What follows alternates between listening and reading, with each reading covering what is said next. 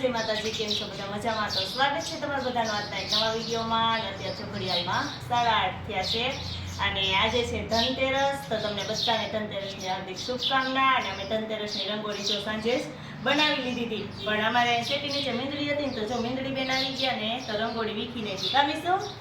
હા, તો એને જો એક પગ દીધો ને મેં તેગડી તો વિખાઈ ગઈ. તો અમે રંગોળી જો હરખી હું મીસુબેન બે કરી લઈએ. માતાજી કેમ છો બધા તો સ્વાગત છે મને નવા વિડીયોમાં. જો હું તૈયાર થઈ ગઈ છું. મેં મમ્મીની રંગોળી સાંજ જ બનાવી હતી. મિલાડી એમાં શેટી એટલે થઈ ને પગ બાંધી દે ને મમ્મી વિખાઈ ગઈ ને રંગોળી બનાવે છે. થોડીક જ વિખાણી હતી એટલે એમાં આપણે કલર પૂરી દીધો છે. અને સરસ જો ધનતેરસની ઓલી કંઈક રંગોળી અમે બનાવી છે. કામીસુબેન, અને અહીંયા જો અમે પગલા કરી નાખ્યા છે લક્ષ્મીજીના. હા, મેં મમ્મીને કીધું કે મમ્મી લક્ષ્મીજીના પગલા કર્યા તો મારે કરવા. મારે કરવા છે. અમારા બેન અમારા ઘરના લક્ષ્મીજી અમારા મીસુબેન જ છે. એટલે અમારા મીસુબેનને આજે પગલા કરવા છે. કા ધનતેરસ છે એટલે આપણે હમણાં મીસુબેનના પણ પગલા કરાવી લઈએ, પાડી લઈએ એમ. એટલે જોઈ સવારમાં નાઈ ધોઈને તૈયાર થઈ ગઈ છે ને કટાઈને ઉઠવાનું મોડું હોય તો હાલો આપણે મીસુબેનના છે ને પગલા પાડવાની તૈયારી કરીએ. તમે મીસુબેનને જો પગલા પાડવા છે ને તો એમાં કંકુ ને બધું તૈયાર કરી લીધું છે અને મારા બેન રેડી છે. કેમ મીસુબેન? હા, તો બેન હવે રેડી છે ફૂલ તૈયારીમાં. એવું બધું તો એને બહુ ગમે. એટલે ધનતેરસના દિવસે અમે અમારી લક્ષ્મીજીના પગલા પડાવી લઈએ.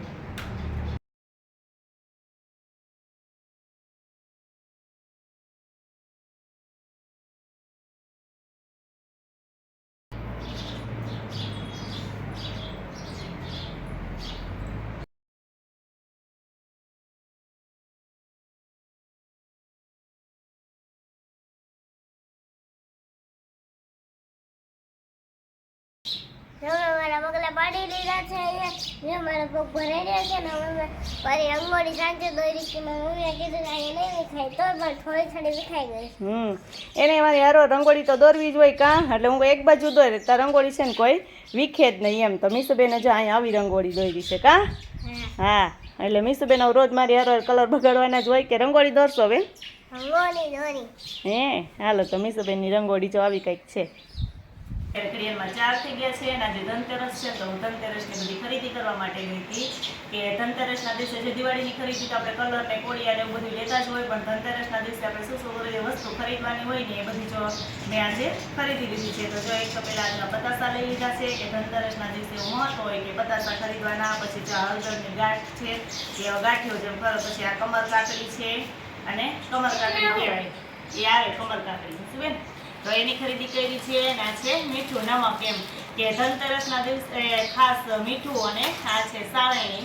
એ સાવેણીની ખરીદી. સાવેણી છે ને તો લક્ષ્મીનું સ્વરૂપ જ માનવામાં આવે છે એટલે એની ખરીદી કરી. આજે સુકન ગણાય એમ. અને બાકી આપણે સોનું ચાંદી એવું કંઈ ખરીદવું હોય તો ખરીદી શકાય, પણ એવું તો કંઈ અમે ખરીદી કરી નથી. કાં મીસુબેન? સોનું ચાંદી અત્યારે તો નામ નથી લેવાય એવું, એટલે એ બધી વસ્તુ તો અમારે કંઈ જરૂરી નહોતી. એટલે લક્ષ્મીજીની ચાંદીની મૂર્તિને એવું આપણે ખરીદી શકીએ, પણ એ મૂર્તિને એવું તો બધું અમારા આગળ છે જ, એટલે એની કંઈ ખરીદી નથી કરી. અને જો કોળિયા તો ઘણા બધા હતા, પણ આ બે નવીન પ્રકારના કોળિયા હતા ને તો એટલા જ બે લઈ લીધા છે. મસ્ત જો કેવા તુલસીના ક્યારાવાળા. અને 5 એવા લીધા. ઘણા બધા અમારે 2 વર્ષના પડ્યા છે, એટલે કે એટલા બધા કોળિયા નથી લીધા. એટલે ધનતેરસના દિવસે હા એમાં જોઈ લે ને ખોલી.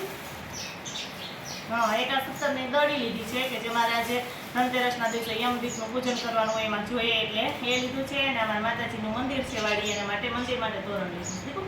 આપણે વાડીએ માતાજી છે ને આપણે કાલ જાવું અને કાલ લગાવ્યું. તો જો બહુ મોડું થઈ જાય. હજી તો માતાજીનું પૂજનની તૈયારી કરશું, યમદીપની તૈયારી કરશું તો સાંજ પડી જાય. અને આમાં છે કલર ને એવું બધું. કલર ઘણા બધા ગયા વર્ષના પડ્યા હતા, પણ તો થોડાક કલર લઈ લીધા છે. અને એમાં પગલા લીધા છે કે આપણે બધા દરવાજે અમે દર વખતે ધનતેરસના દિવસે લગાવીએ છીએ. એટલે જો આ પગલા છે અને આ 2 પગલા છે ને મોટા ને ડિઝાઇનવાળા લીધા છે. આપણે માતાજીના મંદિરમાં લગાવશું. તો ધનતેરસની જો આટલી બધી ખરીદી અમે કરી નાખી છે. ને આ બધી ખરીદી છે ને આમાં છે ને ધાણા છે, આપણે સૂકા ધાણા હોય એ. તો આ બધી જો પતાસા કે હળદરનો ગાંઠિયો અને આ કમર કાકડી, મીઠું, સાવરણી આ બધું છે ને ધનતેરસના દિવસે ફરજિયાત બધા ખરીદતા જ હોય છો. કે મને તો ખબર નથી, અમે તો દર વખતે એની ખરીદી કરીએ છીએ ને સુકનમાં ગણાય છે. તમે કોઈ એવી ખરીદી કરો છો કે નહીં? કોમેન્ટમાં કહેજો. કેમ મીસુબેન? હા, અને આ એક પગલા જો 2 વર્ષના પગલા હતા ને ક્યાંક મુકાઈ ગયા તો મળતા નહોતા, એટલે એક પગલા લઈ લીધા છે.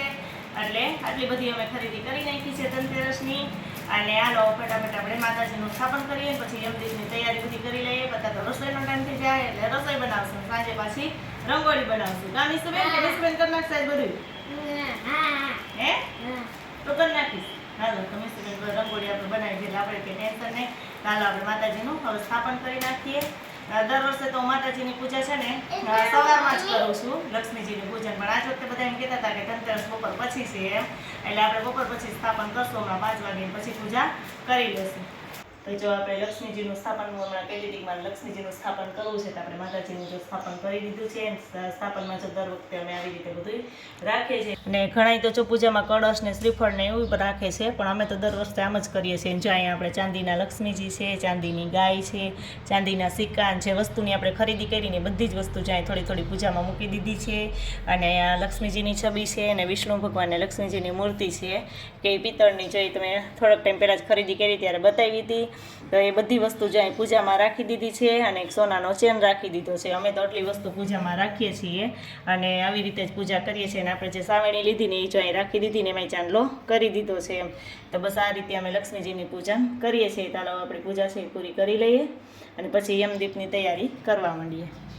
આજે ધનતેરસ છે અને ધનતેરસથી આપણે જે પડ્યું અને બીજ હોય ત્યાં સુધી આપણે યમદીપનું પૂજન કરવાનું હોય. અને હું તો દર વર્ષે કરું જ છું, એટલે આપણે યમદીપનું જો પૂજન અહીંયા કરી દીધું છે કે એમાં એટલે 14 દીવડા હોય અને એમાં વાઇટ પણ આપણે જે ઓલો સૂતરનો દોરો હોય ને એની જ કરવાની હોય, રૂની નો આવે. વચ્ચે જો અહીંયા સાથિયા બનાવવાના હોય ત્યારે વચ્ચે કંકુના સાથિયા બનાવી લીધા છે. અને આપણે રોજે હમણાં 5 દિવસ આ ડેઈલી કરવાનું એમ અત્યારે, કેમ કે દિયાઈકને જ્યારે આપણે ધૂપ દીવાનું ટાણું થાય ને ત્યારે તો જો આપણે આ યમદીપનું પૂજન કરી દીધું.